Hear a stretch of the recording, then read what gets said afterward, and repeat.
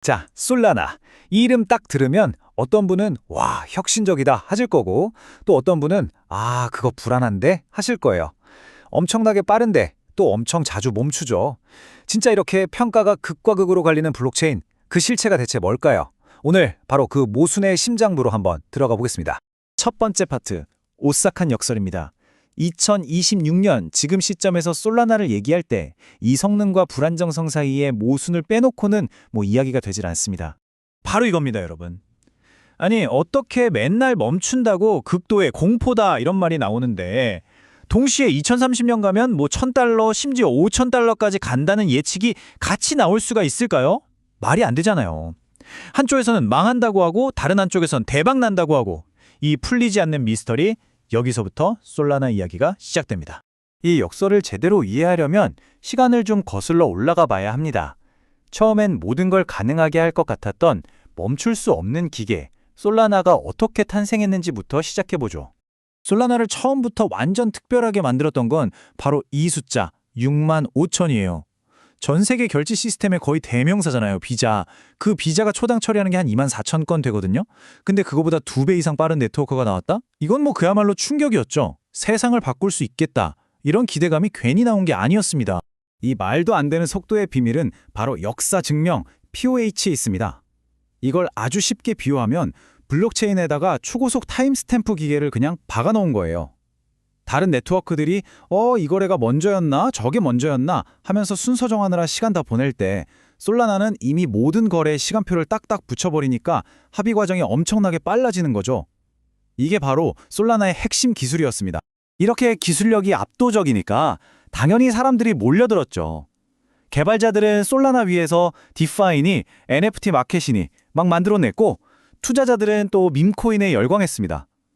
근데 무엇보다 중요한 건 비자, 구글 같은 진짜 배기 대기업들이 솔라나랑 손을 잡았다는 거예요. 이건 이 기술이 그냥 신기한 실험이 아니라 진짜 세상의 문제를 풀 수 있겠다는 강력한 신호였거든요. 그리고 시장은 그 잠재력을 가격으로 보여줬습니다. 2025년 1월 솔라나 가격이 $294를 돌파했죠. 모든 게 완벽해 보였어요. 하지만 바로 그 영광의 최고점에서 아무도 몰랐던 균열이 서서히 생겨나고 있었습니다. 네, 하지만 그 멈출 수 없는 기계는 결국 멈춰버렸습니다. 이제 이야기의 좀 어두운 쪽으로 들어가 볼 차례입니다. 지금 보시는 것처럼 이게 한두 번의 실수가 아니었어요. 2021년부터 2024년까지 솔라나의 최대 자랑거리였던 속도는 멈춤이라는 악몽으로 바뀌어버렸습니다. 아니, 빠르기만 하면 뭐예요? 정작 써야 할 때 멈춰버리는데. 투자자들의 신뢰에 금이 가기 시작한 건 어찌 보면 당연한 일이었습니다. 그런데 엎친 데 덮친 격으로 이 기술적 문제에 외부에서 재앙이 터졌습니다. 바로 FTX의 붕괴 사건이죠. 이 사건은 솔라나에 정말 치명타를 날렸어요. 하루 만에 가격이 40%나 폭락했고 그 해에만 $500억, 우리 돈으로 60조 원이 넘는 돈이 그냥 사라져버렸습니다. 기술에 대한 의심이 순식간에 재정적인 공포로 바뀌는 순간이었죠. FTX의 악몽은 아직도 끝나지 않았습니다. 시장에는 계속해서 FTX가 들고 있던 솔라나 물량이 또 쏟아져 나온다더라 하는 공포가 남아있고 SEC는 솔라나를 미등록 증권이라면서 규제의 칼날을 겨누고 있죠. 여기에 솔라나가 진짜 탈중앙화된 거 맞아? 라는 근본적인 질문까지 나오면서 기술적 결함은 이제 신뢰의 위기로까지 번져버렸습니다. 이런 절체절명의 위기 속에서 솔라나는 정말 모든 걸 건 거대한 도박을 시작합니다. 그냥 업데이트 수준이 아니에요. 엔진 자체를 갈아 끼우는 프로젝트. 바로 파이어댄서라는 이름의 구원투수입니다. 네, 그 이름은 바로 파이어댄서. 과연 이 야심만만한 프로젝트가 추락하던 솔라나를 구해낼 수 있을까요? 이 파이어댄서가 그냥 기존 프로그램 좀 손본 수준이 절대 아닙니다. 개발사도 다르고 쓰는 언어도 다르고 설계 구조 자체가 완전 달라요. 쉽게 말해서 고장난 엔진 고쳐 쓰는 게 아니라 아예 F1 경주형으로 새로운 C+ 엔진을 통째로 만든 거라고 보시면 돼요.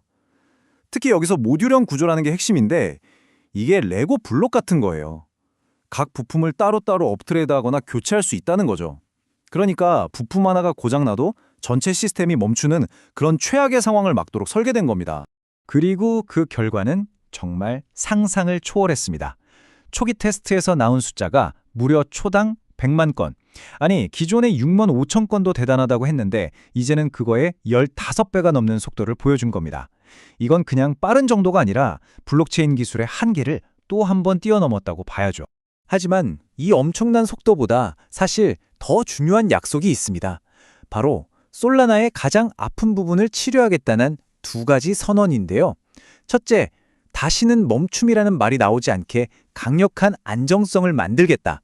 그리고 둘째, 여러 종류의 클라이언트를 돌려서 하나가 고장나도 네트워크 전체가 마비되는 일은 원천적으로 막겠다. 바로 이게 파이어댄스의 진짜 목표인 겁니다. 자, 그렇다면 이제 솔라나의 다음은 어떻게 될까요? 이 거대한 도박의 성패를 가를 마지막 변수들을 한번 짚어보겠습니다. 이제 솔라나 앞에는 딱 두 개의 길만 남았다고 볼 수 있습니다. 파이어댄서가 성공해서 세계 금융의 핵심 인프라가 되거나 아니면 실패해서 그냥 야심만만했던 프로젝트의 잔해로 남거나 그야말로 천국이냐 지옥이냐 뭐 아니면 도의 갈림길에 서 있는 거죠. 지금 저울이 정말 팽팽하게 맞서고 있어요. 한쪽에는 비자 통합이나 ETF 자금 유입 같은 아주 강력한 순풍이 불고 있고요. 하지만 반대편에는 파이어댄서가 완전히 자리 잡기까지의 그 험난한 과정, 이더리움이라는 막강한 경쟁자, 그리고 SEC의 규제라는 거대한 역풍이 떡 버티고 있습니다. 결국 솔라나는 이 한 문장으로 요약이 되는 것 같아요. 솔라나는 고성능의 도박이다. 잦은 문제를 일으켰던 강력한 엔진이 이제 검증되지 않은 대대적인 정비에 들어갔다. 이 말만큼 솔라나의 위험과 가능성을 동시에 잘 보여주는 표현도 없는 것 같습니다. 그래서 솔라나의 미래를 결정할 진짜 질문은 바로 이겁니다. 얼마나 더 빨라질 거냐가 아니라 과연 얼마나 더 안정적일 수 있느냐. 속도가 아니라 신뢰를 증명하는 것. 이것이 바로 솔라나 앞에 놓인 마지막 과제입니다. 여러분은 어떻게 생각하시나요?